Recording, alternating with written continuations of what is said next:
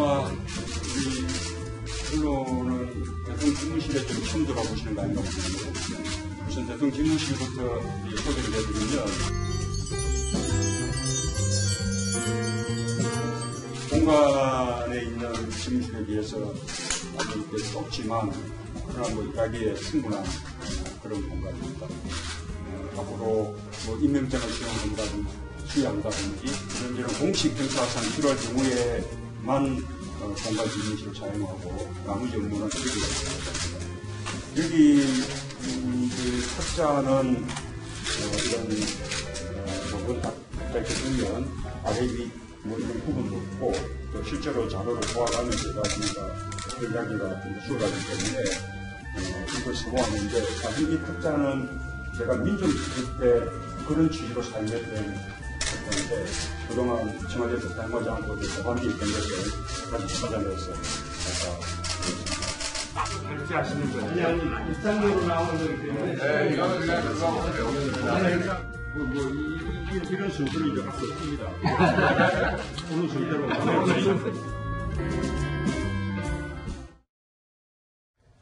자, 대통령이 이 언론 최초로 집무실을 공개했다 그랬는데 맞습니까? 사실 과거에도 대통령 집무실에서 이렇게 업무 보는 화면 다 나오지 않습니까? 이게 왜 최초로 공개한 거죠? 왜 최초라고 할 수 있냐면요. 네.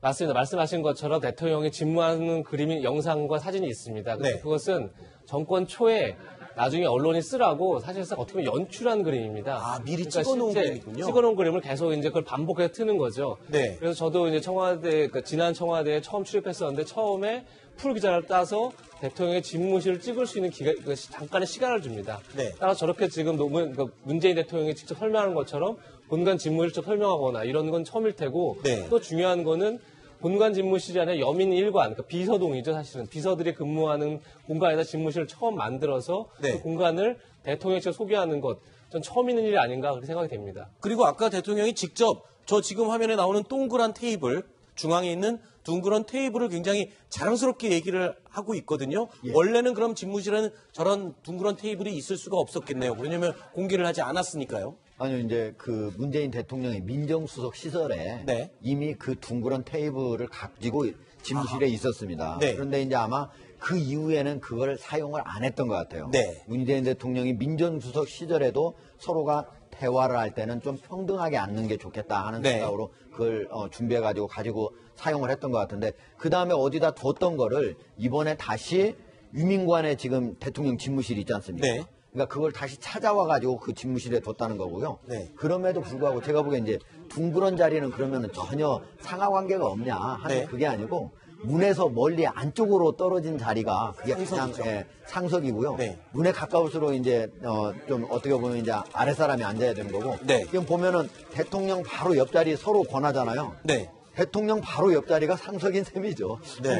그럼에도 불구하고 과거처럼 대통령이 가운데 앉고 양쪽에 쫙 일렬 네. 순서대로 앉는 거하고는 큰 차이가 있다고 봐야 되는 거죠. 네. 이번에 이해찬 특사가 중국에 갔을 때 시진핑이 본인이 가운데 딱 앉고 쭉 앉은 옆에 이해찬 특사를 앉혔던 바로 예. 그런 게 권위적인 테이블 배치겠죠. 그렇습니다. 예. 네. 자, 그리고 문재인 대통령 어제 추도식 참석 이후에요. 오늘부터 이제 업무에 복귀를 했습니다. 그런데 오늘 업무 복귀하고 첫 이 지시사항 그리고 실천사항이 이거였다면서 전광판. 어떤 전광판입니까? 일자리 상황판입니다. 네. 문재인 대통령이 여러 차례 공약을 했었죠. 제가 대통령이 되면 제일 먼저 일자리 위원회를 만들고 일자리 상황판을 내 집무실에 설치하겠다. 네. 일자리 상황판을 보면서 계속 일자리 확충을 지시하고 확인하고 하겠다라는 공약을 했었는데요. 그 약속을 지킨 겁니다. 네. 이제 저희가 동아일보에서 후보 시절에 대통령이 되면 제일 먼저 뭘 하겠냐 물어봤을 때도 문재인 당시 후보는 일자리 상황판 얘기를 가장 먼저 했습니다. 네. 근데 아마 이제 시간이 걸렸던 거는 저 상황판에 이제 들어갈 지표들을 어떤 것들을 배치할 거고 또 어떤 이제 목록들을 가지고 어떤 내용을 확인할 것이냐 이걸 이제 그걸 짜는데 시간이 걸렸던 것 같고요. 그래서 지금 보이는 것처럼 두 개의 큰 터치스크린 화면을 만들어 놓고 네. 한쪽 화면에서 지표를 누르면 다른 쪽 화면에서 그 상세 내용이 보이도록 네. 이렇게 이제 설계를 했습니다. 자, 일단 뭐 대통령 1호 업무 지시사항이 이제 일자리 위원회를 구성하는 거였고 그리고 이 전광판, 현황판을 설치하는 게 2호였으니까 두 가지 공약을 지금 지킨 셈이 됐지요. 자, 그러면 일자리 상황판 어떻게 시연을 했는지 영상을 저희가 꾸며봤습니다. 보시죠. 중간에 재밌는 장면도 들어있습니다.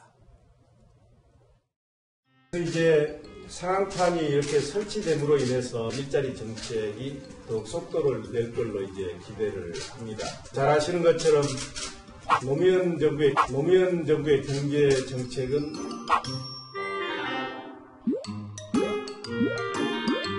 일자리로 시작해서 일자리로 완성된다 할 만큼 일자리가 매우 중요합니다. 앞으로 대통령님께서 보다 정확하고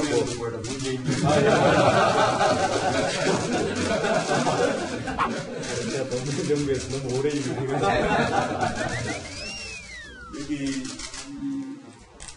일자리 현황판을 보면 일봉요연하게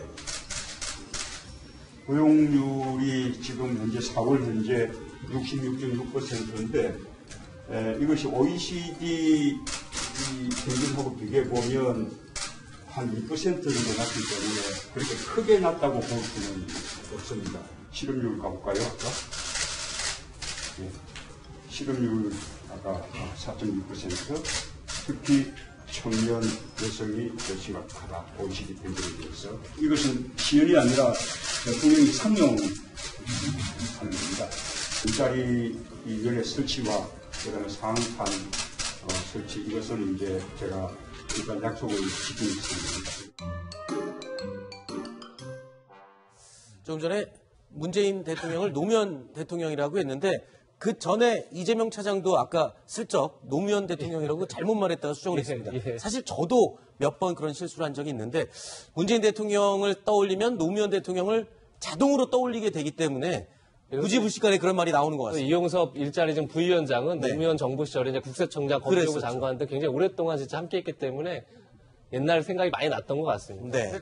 그걸 수정해주는 문재인 대통령이 이렇게 나쁜 표정이 아니에요. 근데 기분 좋은 표정으로. 네, 그러니까 굉장히 이제 즐거운 거죠. 어쨌든 네. 보면 노무현 대통령의 또 비서실장을 했었고, 그 다음에 이제 참여정부를 극복하겠다는 얘기가 어제 추도사에서 하지 않았습니다. 네. 문재인 대통령도 굉장히 즐겁게 그걸 받아들인 것 같습니다. 네. 자, 그리고 저 일자리 상황판 어떤 내용들로 구성이 되는지 좀 상세히 설명을 해 주시죠. 예, 지금 보이는 것처럼 실업률이 이제 많이 나와 있고요. 네. 일자리 지표가 14개, 경제 지표 4개가 있습니다. 경제 지표는 이제 GDP 같은 여러 성장률 같은 게 나올 테고요. 일자리 지표에는 당연히 제일 중요한 게 실업률과 고용률, 그리고 이제 비정규직 숫자, 그리고 취업자 수 이런 것들이 나와 있고 약간 취업률 얘기했는데 66.6%라고 네. 사실 박근혜 정부에서 취업률 70% 달성하겠다고 약속을 했었죠. 2년차 네. 때. 근데 결국 이제 약속을 못 지켰는데 네.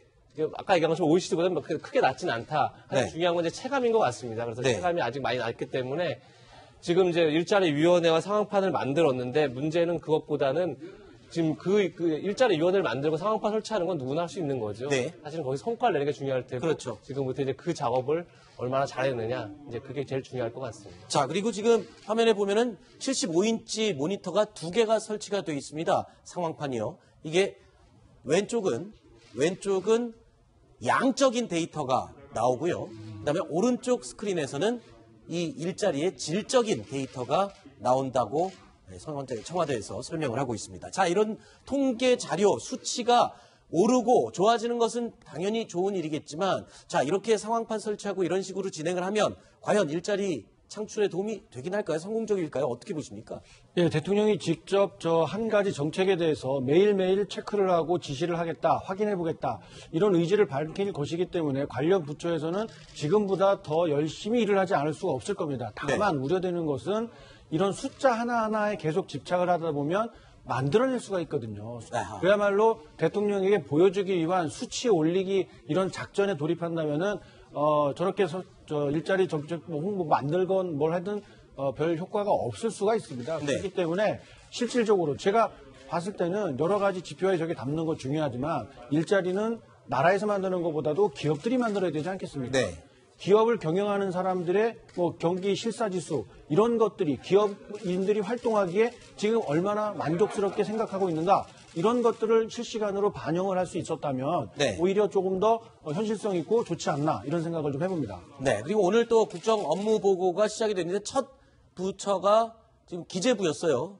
그만큼 또 중요하기 때문에 처음으로 보고를 했을 것 같은데 여기에 추경 예산안 이야기가 나왔다면서요. 먼저 예산이 있어야 앞으로 정책들이 제대로 추진이 될 테니까요. 예, 기재부 상당히 발빠르게 움직였다고 생각이 네. 드는데요. 대통령이 일자리 상황판을 만드는 거와 괴를 같이 해서 네. 일자리 창출을 위해서 공공부문의 일자리 창출을 위해서 10조 원의 추가 경정 예산을 편성하겠다. 네. 이렇게 국정자문기획위원회에 보고를 했습니다. 10조 원의 재원이면 이게 그냥 간단하게 마련될 수 있는 규모가 아닌 것 같은데요.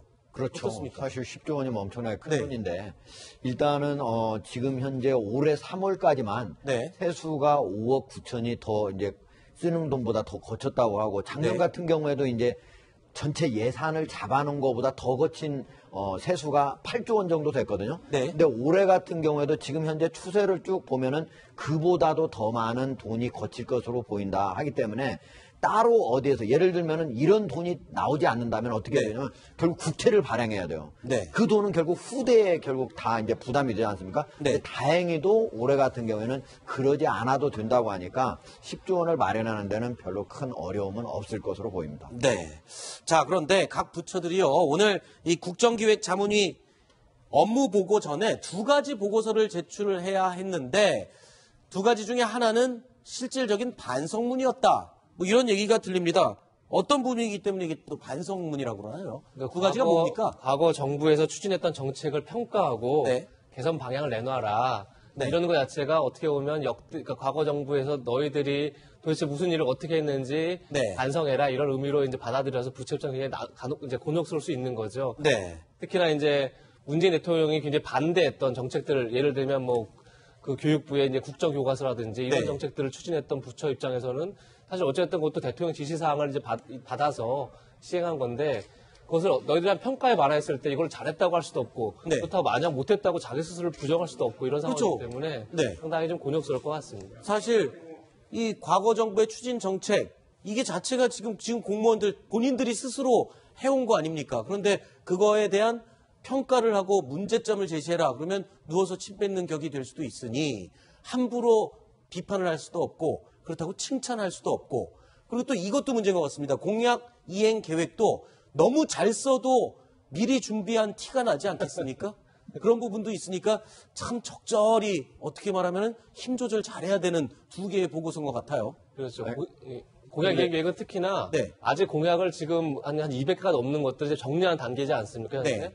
그래서 좀 또 뭐 빠른 게 아닌가. 어쨌든 국정기획위원회라는 것 자체가 위원회라는 게 인수위 역할을 해서 다 공약을 재조정하고 그다음에 예산을 어떻게 다시 투입할지를 다 정리한 다음에 그다음에 부처에서 해야 되는데 오히려 잘못하면 부처에서 아까 이동영 차장도 얘기했지만 보여주기 식으로 네. 그렇게 정책에 가다 보면 오히려 선한 의지가 선한 결과를 가져오지 않는 것처럼 네. 정책이 오히려 엉뚱한 방향을 갈 수 있다. 이런 네. 우려가 듭니다. 자, 그리고 국정 업무 보고가 지금 기재부가 1순위였는데 마지막 순서가 국정원이에요. 이 순서도 지금 굉장히 중요하다면서요. 그 정부의 어떤 정책의 기조라든가 방향, 중요도를 알 수 있는 척도라면서요. 어떻습니까? 기본적으로는 이제 국정원이 가장 네. 이제 늦게 하게 된 이유는 국정원 개혁이 상당히 중요하거든요. 그렇죠. 검찰 개혁 못지않게. 그런데 국정원에서 지금 문재인 정부에서 추진하고 있는 거는 국내 분야의 사찰. 네. 뭐 사찰이라고 하면 좀 안 좋은 얘기지만 어쨌든 국내의 국내 정보 정보 수집 수집. 활동. 네. 이 부분에 대해서는 이제 완전히 이거는 떼내고 다른 데로 넘기고 우리 이제 국정원은 진짜 해외 정보, 네. 대북 정보 여기에 집중을 하라는 거거든요. 그렇기 때문에 다른 일반 부처하고 달리 조직의 개편을 어떻게 할 것인가. 네. 이 자체도 같이 보고를 해야 되기 때문에 네. 가장 늦을 수밖에 없다. 그렇군요. 알겠습니다. 자, 뉴스 탑10 지금 4위 소식까지 살펴봤습니다. 탑10 팀이 고른 다음 5위 순위는 어떤 내용인지 확인해 보시겠습니다.